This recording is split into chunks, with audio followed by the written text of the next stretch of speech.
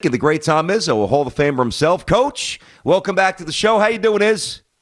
Well, I appreciate you guys, man. I'm no expert in this area, but I did try to call Mike. I watched a little bit of his press conference. I had a few things I had to do, so I didn't see it all. But I said it wasn't a total surprise to me. I just think, I think you're going to see some coaches retiring. He said it had nothing to do with the landscape of college basketball, but I believe him, but I also think, it's going to be an interesting time here these next few years. There's no doubt. We saw Roy Williams do the same thing. And I say this respectfully here, Coach Izzo, but I don't believe him. I was watching. I was in my office watching the whole thing. Very well done. He's class act. And by the way, the hair is impeccable. I mean, if he's not dyeing it, he is doing something right. And when he said, Tom, that he's not stepping away because the landscape has changed so much, I'm cynical. I mean, at first it was the one and dones, which he adapted with. He adjusted to that nicely. But all the other stuff, I mean, the creation of all these different leagues, and you can't coach kids the same way, something I know that you struggle with a little bit. I don't believe that he was fully, honest when he said that, to be frank, Coach. I don't.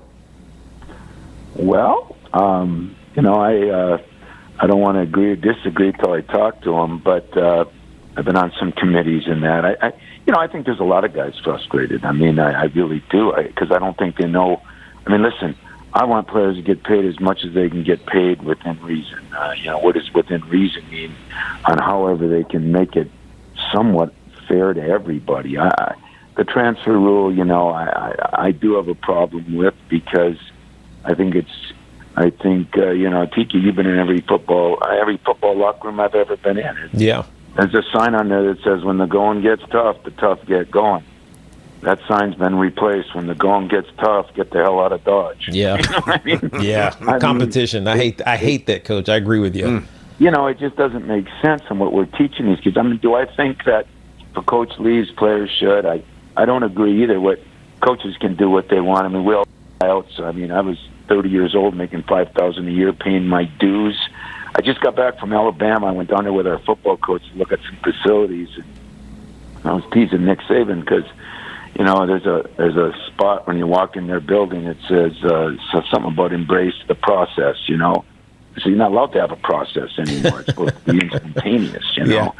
And so it's that part to me is only disappointing, because I think it's hurting the kids, where other people argue that this gives them the freedom. Hey, freedom, if you do have freedom when you were 18, I'm not sure what you did. I know I sure as hell didn't. I don't know if I would end up like I ended up, and I'm not sure you guys would have, So I worry more that these rules are going to hurt the kids, and yet we got people fighting that it's going to help them. The people fighting, most of them aren't in the trenches or aren't in the basement with us. And, when you go year after year dealing with 20-year-olds, you realize that part of your job is to help them navigate the next 60 years. Well, quitting every time something is right. I mean, Michigan State's not the best place for everybody. Neither is Kentucky or Duke or any place. I mean, it doesn't make it the best place for anybody. I have no problem with a kid transferring, but I also had no problem with him sitting out. You look at Baylor; they had 3 of those guards sit out. The boys became men, and look what happened. Sometimes you can learn a lot from that, but just this ability to leave whenever you want. My NBA buddies say to me, "Hey, at least we have contracts in our league." Yeah. So I don't know what that's going to do. I don't know what that had to do with Mike or Lon Kruger or Roy. I know because Roy came out and said it. But it's definitely something that, you got to look at, is the navigating of these issues easier than or better than not, and that's how you make your decisions on what you want to do. For me, I feel great. I'm probably not going to retire till tomorrow. I'll let Mike have his day, and I'll jump into it. But, in all honesty, guys, I plan on. I want to see what happens here, but there's a lot of question marks. I'm sure you guys would agree, and Brandon, you just said it. I mean, I don't know how you guys feel about it. I mean, everybody wants a player to get money. I'm sure Kiki. Yeah, of course. You guys you want players to get money, but I don't know how that's going to work either. I mean, I'm on committees with that, and nobody's given us a way that it can happen legally? Are we legalizing cheating? Is that what it's going to come down to? Or is it going to be something? I don't know. Yeah, it's really hard. I mean, there's some apps that some of these schools are using that track what these kids make. Use a couple of apps, one like Display or Cameo, but it has to go through a portal, and that portal has compliance, dialed into it. I mean, it's actually very complicated, but I do believe kids should be able to monetize their brands. Just how you do it is the hard part. Coach, we could wax poetic about Coach K all day. I mean, the statistics, the championships with ACC and nationals, they're amazing. But from a coaching peer perspective, him leaving the game leaves a little bit of a void. I mean, there's only a few of you, I'll call you old head, and it's not disrespectful, but old heads who have been through the grind and weathered the storms, yet come out champions on the other end. There's only a few of you guys left. What are you going to miss about having Coach K, not necessarily directly on the other side of the court, but on the court? Well, as I said, I've been on a lot of committees right now, and he's on some of them, and I'm going to miss his experience, I'm going to miss his knowledge. Experience usually is knowledge, and it's important knowledge. And Mike's been great for the game because he's been on all these committees, even to the end here. He's on them and trying to always make the game better. I'm not going to miss. I don't know what I am against them, like 3-10 or 4-11. I sent him a text. I said, I'm going to miss everything except. And he sent back about a rivalry. I said, rivalry? You got to win at least half the games to have a rivalry. I'm going to do that. But now you can beat up on Shire. yeah, I'm going to take it out on John. Recruited him. But it's he's going to be missed, guys. He's one of the icons. I think he's built the program. I mean, Duke had they had won something in the 70s and that. But, the consistency, the one thing that I looked at when I got this job, can I be consistent? Everybody can have a one-time moment, but I think all of us want to be consistent year after year after year.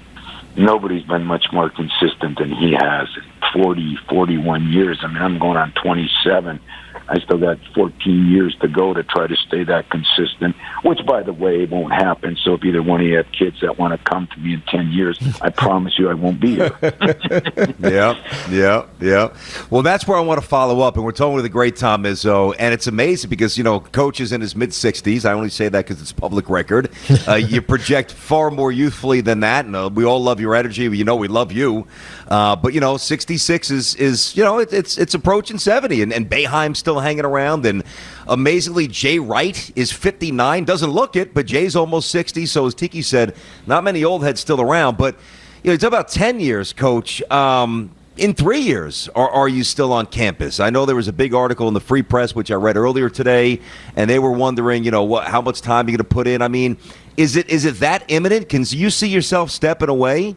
I think at one point we thought you were going to go to the NBA, but now I wonder, are you a few years away from hanging up the whistle altogether? How many more years in your mind do you think you want to keep doing this?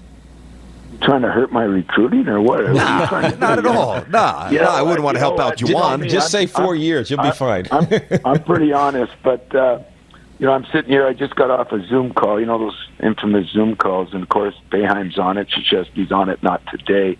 Tubby Smith, good friend of mine, is on it. Jay Wright's on it. Mark Few, who's almost 60, is on it.